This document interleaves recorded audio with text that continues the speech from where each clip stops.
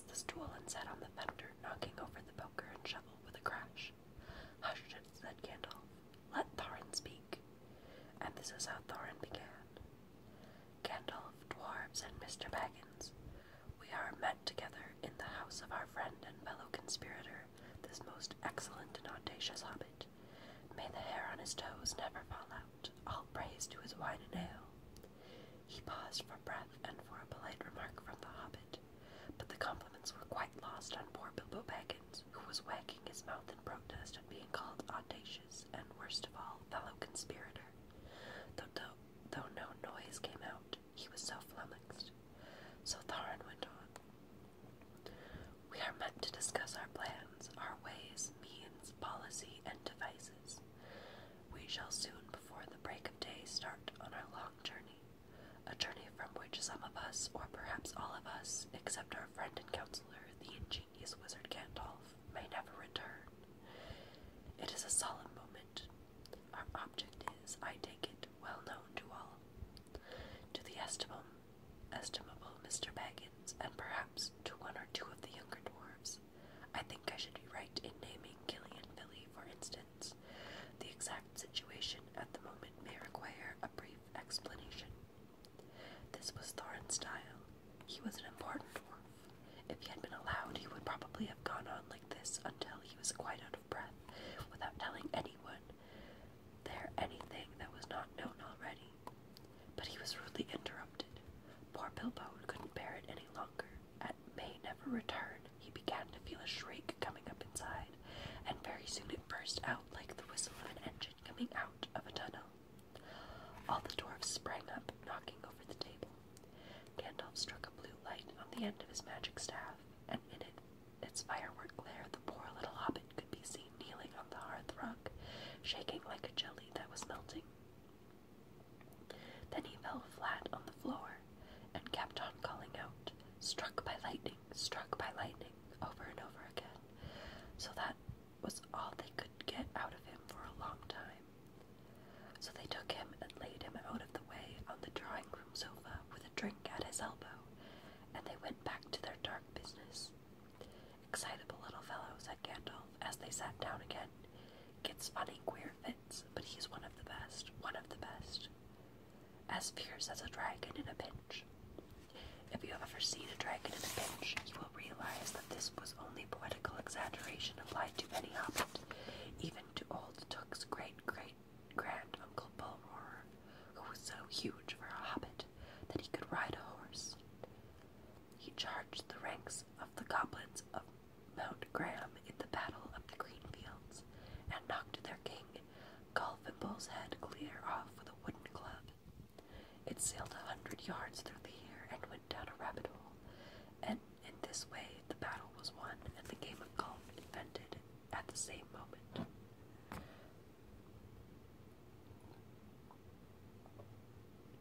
Excuse me, I needed a little water there.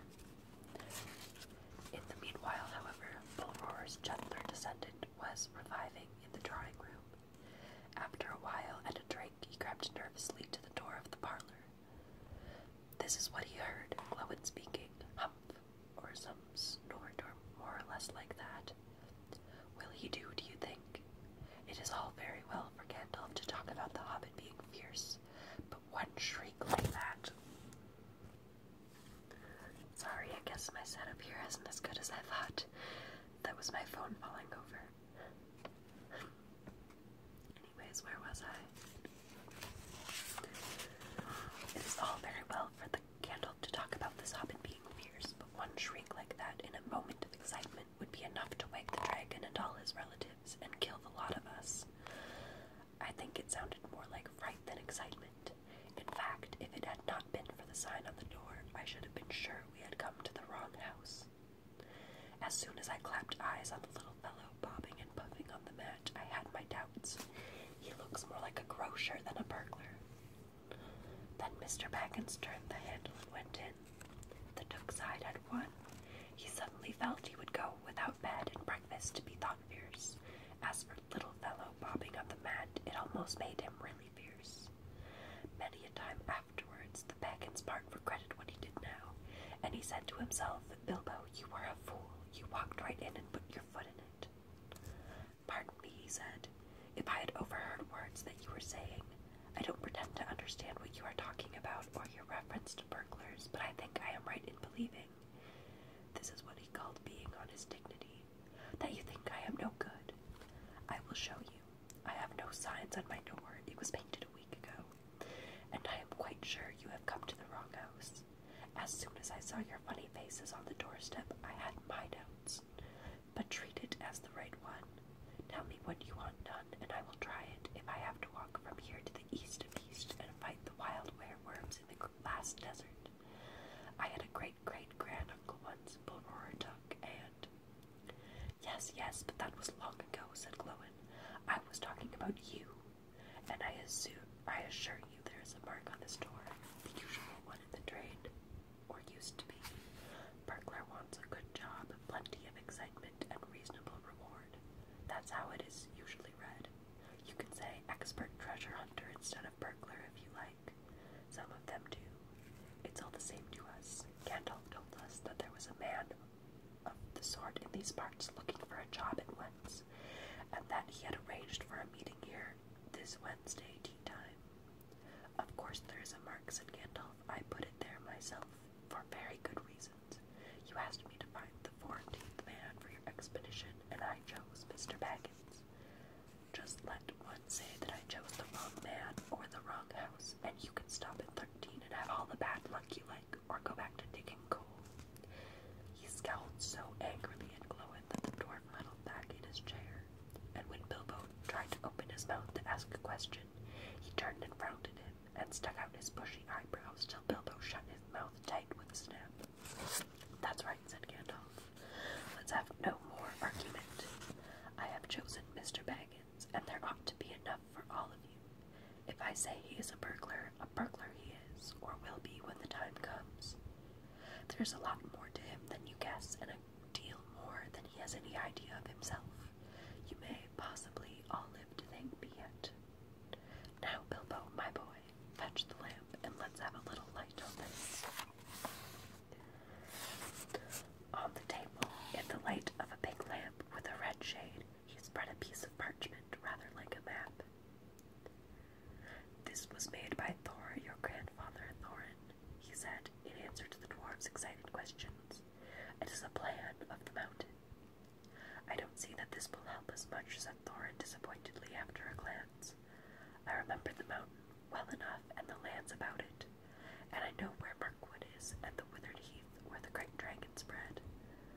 There is a dragon marked in red on the mountain, said Balin, but it will be easy enough to find him without that if ever we arrive there. There is one point that you haven't noticed, said the wizard, and that is the secret entrance. You see that rune on the west side and the hand pointing to it from the other runes? That marks a hidden passage to the lower halls. Look at the map in the beginning of this book, and you will see where there are runes in red. Let's look at that, actually.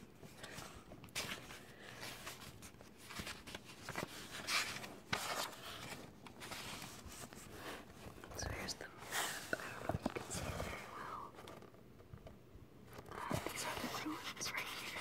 They're not in red, of course, but I assume in the original map they were. There's ruins right here by the mountain. Sorry, I don't know if you can see it. Up here at the top is the Lonely Mountain, and you can see ruins by it.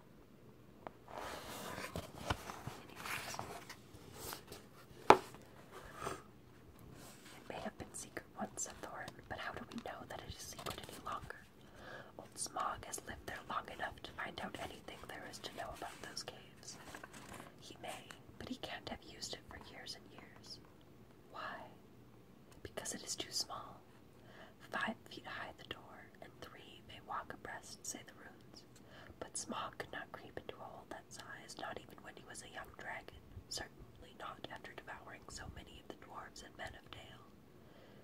It seems a great big hole to me, squeaked Bilbo, who had no experience of dragons and only of hobbit holes.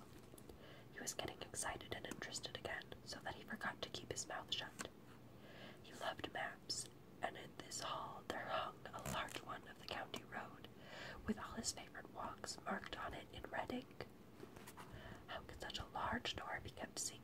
everybody outside apart from the dragon?" he asked. "He was only a little hobbit, you must remember." "In lots of ways," said Gandalf. "But in what way this one has been hidden, we don't know without going to see.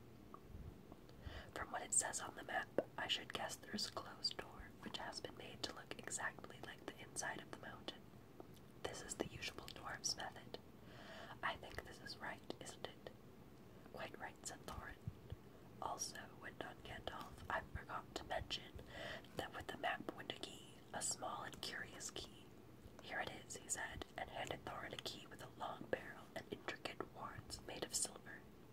"Keep it safe." "Indeed I will," said Thorin, and he fastened it upon a fine chain that hung about his neck and under his jacket. Now things begin to look more hopeful. This news alters them much for the better. So far we have had no clear idea of what to do. We thought of going east, as quiet and careful as we could, as far as the Long Lake. After that, the trouble would begin. A long time before that, if I know anything about the roads east, interrupted Gandalf. We might go from there up along the running river, went on Thorin, taking no notice, and so to the ruins of Dale, the old town in the valley there, under the shadow of the mountain. But we none of us liked the idea of the front gate. The river runs right out of it through the great cliff at the side of the mountain, and out of it comes the dragon too. Far too often, unless he has changed his habits. That would be no good, said the wizard. Not without a mighty warrior, even a hero. We tried to find one. Warriors are busy fighting one another in distant lands, and in this neighborhood heroes are scarce, or simply not to be found. Swords in these parts are mostly blunt, and axes are used for trees, and shields as cradles, or dish covers, and dragons are comfortably far off, and therefore legendary. That is why I settled on burglary, especially when I remembered the existence of a side door. And here is our little Bilbo Baggins, the burglar, the chosen and selected burglar. So now let's get on and make some plans. Very well then, said Thorin. Supposing the burglar expert gives us some ideas or suggestions. He turned with mock politeness to Bilbo.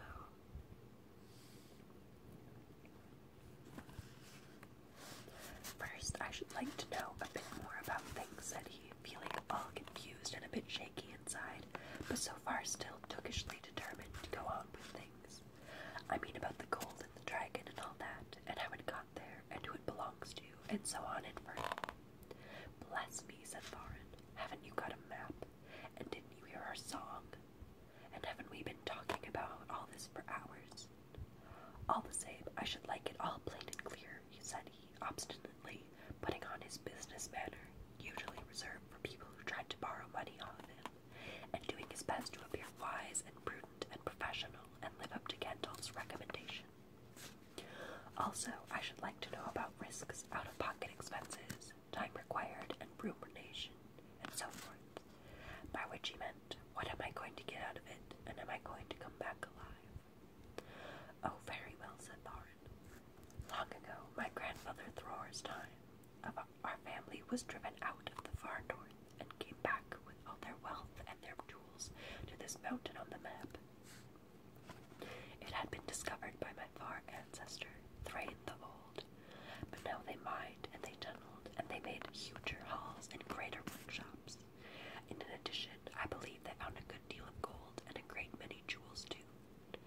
Anyway, they grew immensely rich and famous, and my grandfather was king under the mountain again, and treated with great reverence by mortal men, who lived to the south, and were gradually spreading up the running river as far as the valley overshadowed the mountain.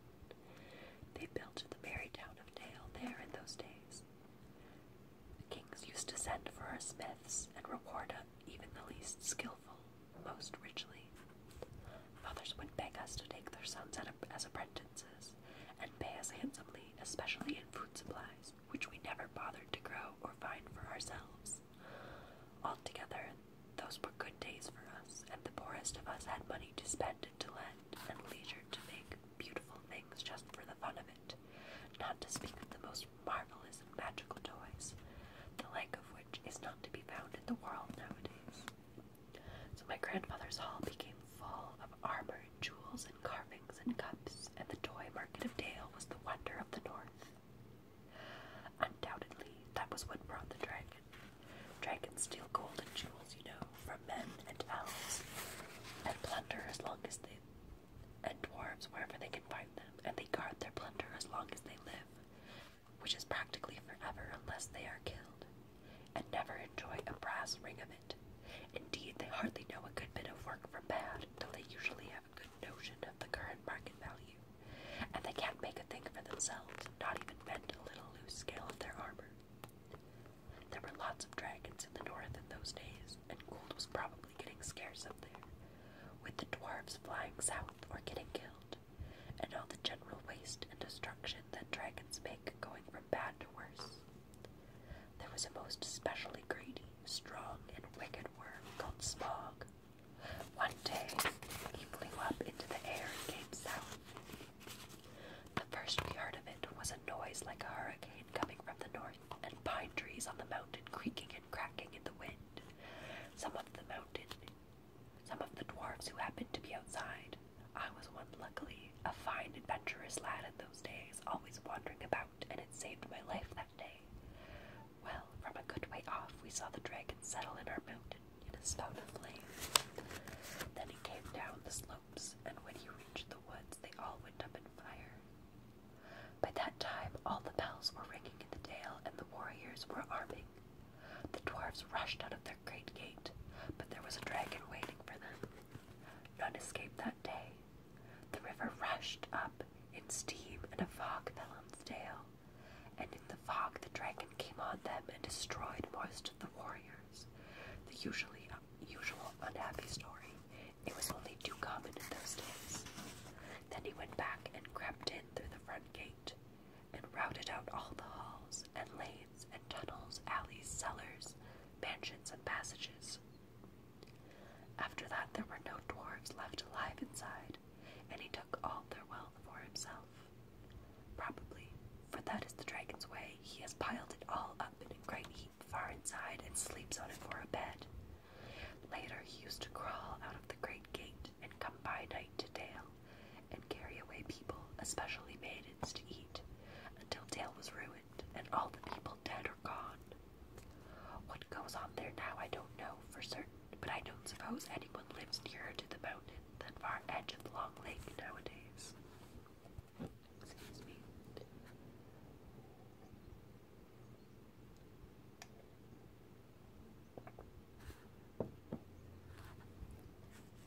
The few of us that were well outside sat and wept in hiding and cursing Smog, and we were unexpectedly joined by my father and my grandfather with singed beards.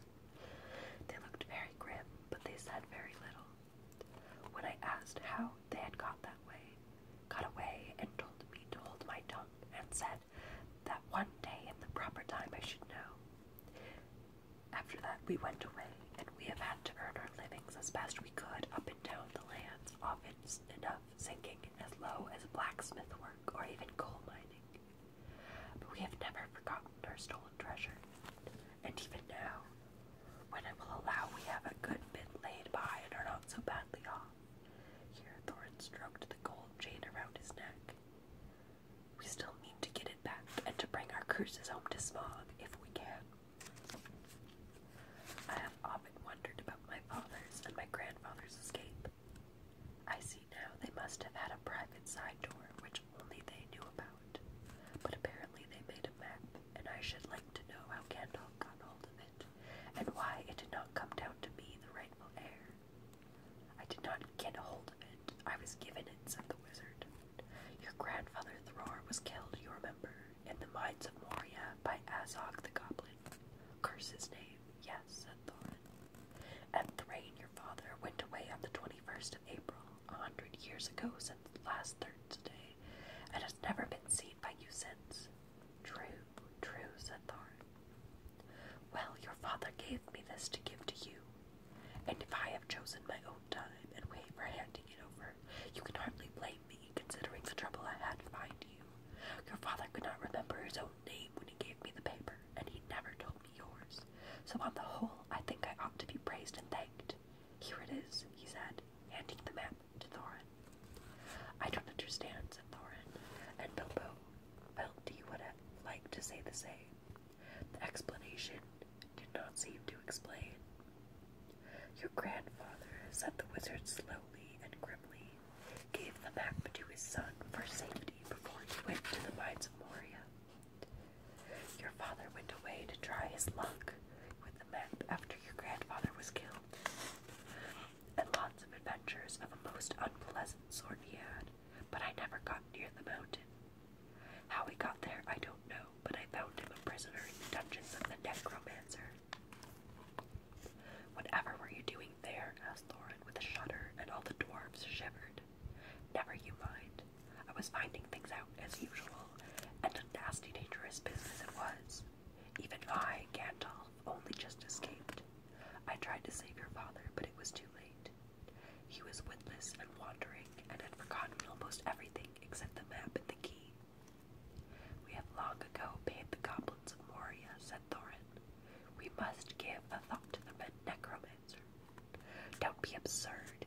He is an enemy far beyond the powers of all the dwarves put together, if they could all be collected again from the four corners of the world. The one thing your father wished was for his son to read a map and use the key. The dragon and the mountain are more than big enough tasks for you. Hear, hear, said Bilbo, and accidentally said it aloud. Hear what? They all said, turning suddenly towards him, and he was so flustered that he answered, Hear what I have got to say. What's that? They asked. Well, I should say that you ought to go east and have a look round.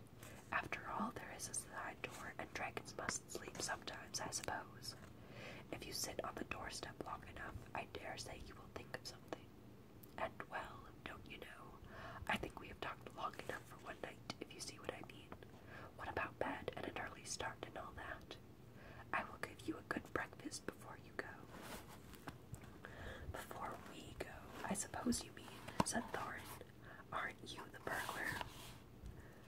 And isn't sitting on the doorstep your job, not to speak of getting inside the door? But I agree about bed and breakfast. I like 6 eggs with my ham when starting on a journey. Fried, not poached, and mind you don't break 'em. After all the others had ordered their breakfasts without so much as a please, which annoyed Bilbo very much, they all got up.